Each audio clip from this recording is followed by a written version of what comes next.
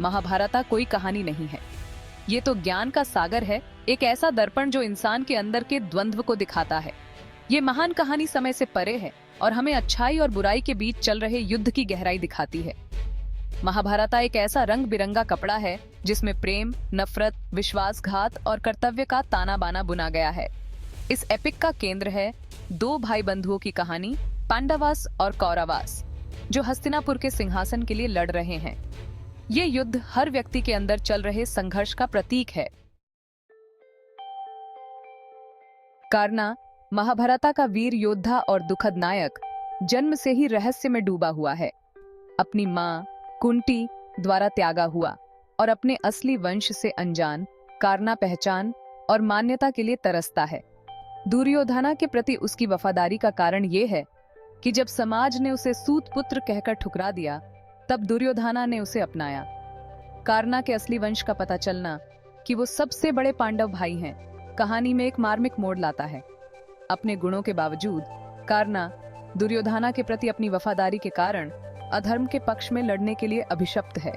यह दुखद विडंबना मानवीय रिश्तों की जटिलताओं और कर्तव्य और दायित्व के बोझ को दिखाती है।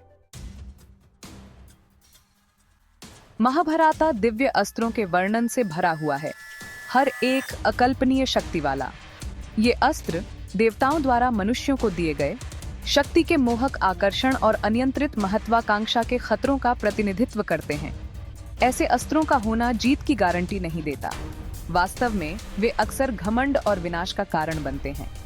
अर्जुन और अश्वत्थामा दोनों द्वारा ब्रह्मास्त्र, सबसे शक्तिशाली अस्त्र, के अंधाधुंध उपयोग से विनाशकारी परिणाम होते हैं, जो इस तरह की शक्ति का उपयोग करने में निहित नैतिक दुविधाओं को उजागर करते हैं। दिव्य अस्त्र हमारे समय में प्रौद्योगिकी और ज्ञान की विनाशकारी क्षमता के रूपक के रूप में काम करते हैं। वे हमें याद दिलाते हैं कि असली ताकत नष्ट करने का साधन रखने में नहीं, बल्कि जिम्मेदारी और संयम के साथ शक्ति का उपयोग करने की बुद्धिमानी में निहित है। महाभारत का संदेश स्पष्ट है, बिना नैतिक दिशा के शक्ति की खोज विनाशकारी परिणाम भुगत सकती है। सच्ची जीत लालच, क्रोध और घृणा के आंतरिक राक्षसों पर विजय प्राप्त करने में निहित है। द्रौपदी, पांचाल की तेजस्वी और स्वतंत्र राजकुमारी, महाभारत की एक और गूढ़ हस्ती है। पांचों पांडव भाइयों से उनका विवाह एक असामान्य प्रथा, प्रतीकात्मकता और गहरे अर्थ से भरी हुई है। यह बहुपतित्व विवाह अप्रत्याशित परिस्थितियों और दैवीय हस्तक्षेप से उत्पन्न विवाह और सामाजिक मानदंडों की पारंपरिक धारणाओं को चुनौती देता है। ये पांडवों की एकता और धर्म के प्रति उनकी अटूट प्रतिबद्धता का प्रतिनिधित्व करता है, विपरीत परिस्थितियों का सामना करते हुए भी। द्रौपदी का द्यूत सभा में अपमान, जहां कौरवों द्वारा उनका चीरहरण किया जाता है, महाकाव्य का एक महत्वपूर्ण क्षण है। यह पितृसत्तात्मक समाज में महिलाओं की भेद्यता को उजागर करता है और अनियंत्रित शक्ति के खतरों को। द्रौपदी की अदम्य भावना और न्याय की उनकी तलाश पांडवों के कार्यों के पीछे एक प्रेरक शक्ति बन जाती है। उनकी कहानी महिलाओं की एजेंसी के महत्व पर प्रकाश डालती है और अन्याय और उत्पीड़न को उसके सभी रूपों में चुनौती देने की आवश्यकता पर। कुरुक्षेत्र युद्ध, महाभारत की चरम घटना, को अक्सर अच्छाई और बुराई के बीच लड़ाई के रूप में चित्रित किया जाता है। हालांकि वास्तविकता कहीं अधिक सूक्ष्म है।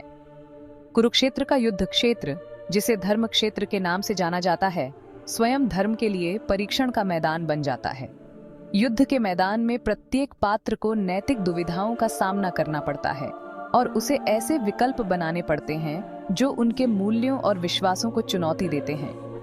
यहाँ तक कि सबसे नेक योद्धाओं को भी अपने कार्यों के परिणामों और नैतिकता के धूसर क्षेत्रों का सामना करने के लिए मजबूर होना पड़ता है। भगवद गीता, पवित्र ग्रंथ, जो युद्ध की पूर्व संध्या पर प्रकट होता है, धर्म, कर्म और मुक्ति की खोज की प्रकृति में गहन अंतर्दृष्टि प्रदान करता है।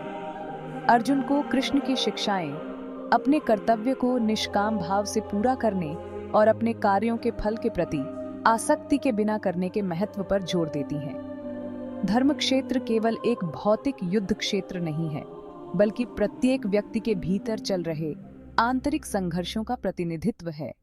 यह एक अनुस्मारक है कि असली लड़ाई बाहरी दुश्मनों के खिलाफ नहीं, बल्कि खुद के भीतर की नकारात्मक ताकतों के खिलाफ है।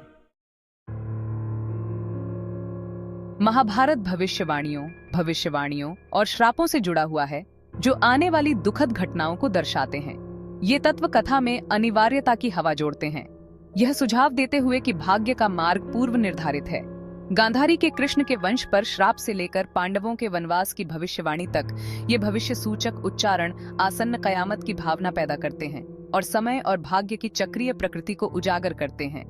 हालांकि महाभारत यह भी सुझाता है कि जहां भाग्य एक भूमिका निभा सकता है, वहीं व्यक्तियों के पास अपने मार्ग बदलने वाले विकल्प चुनने की स्वतंत्र इच्छा शक्ति होती है। द्रौपदी, कर्ण और अर्जुन जैसे पात्रों द्वारा किए गए विकल्प अंततः उनके भाग्य को आकार देते हैं। भाग्य और स्वतंत्र इच्छा शक्ति की परस्पर क्रिया महाभारत में एक आवर्ती विषय है, जो हमें उन ताकतों पर विचार करने के लिए प्रेरित करती है जो हमारे अपने जीवन और विपरीत परिस्थितियों का सामना करते हुए हमारे द्वारा किए गए विकल्पों को आकार देती हैं।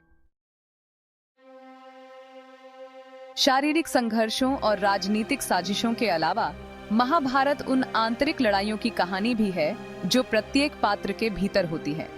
महाकाव्य मानवीय भावनाओं की जटिलताओं में तल्लीन करता है, ईर्ष्या के विषयों की खोज करता है, लालच, क्रोध, प्रेम और त्याग, शकुनी और दुर्योधन जैसे पात्रों द्वारा नियोजित मनोवैज्ञानिक हेरफेर नकारात्मकता की विनाशकारी शक्ति पर प्रकाश डालता है और आंतरिक शक्ति और लचीलापन विकसित करने के महत्व पर।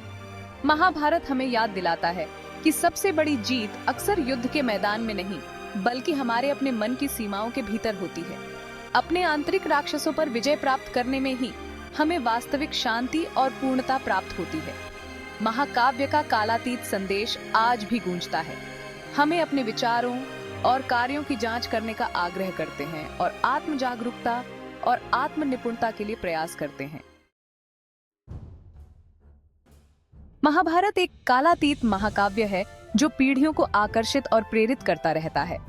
इसके छिपे हुए रहस्य और दार्शनिक अंतर्दृष्टि मानव स्वभाव की गहराई और जीवन की जटिलताओं की एक झलक पेश करते हैं। इन रहस्यों को उजागर करके हम महाकाव्य के संदेश और हमारे अपने जीवन के लिए इसकी प्रासंगिकता की गहरी समझ हासिल करते हैं। महाभारत हमें याद दिलाता है कि अच्छाई और बुराई के बीच लड़ाई किसी सुदूर अतीत तक सीमित नहीं है, बल्कि हम में से प्रत्येक के भीतर एक निरंतर संघर्ष है। अंततः महाभारत हमारे द्वारा किए गए विकल्पों और उसके बाद होने वाले परिणामों के बारे में एक कहानी है।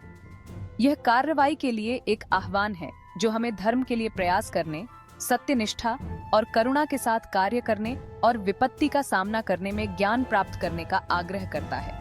महाभारत का संदेश आज भी उतना ही प्रासंगिक है जितना सदियों पहले था। इसकी शिक्षाओं को अपनाकर हम अधिक स्पष्टता, उद्देश्य और समझ के साथ अपने जीवन की जटिलताओं को नेविगेट कर सकते हैं।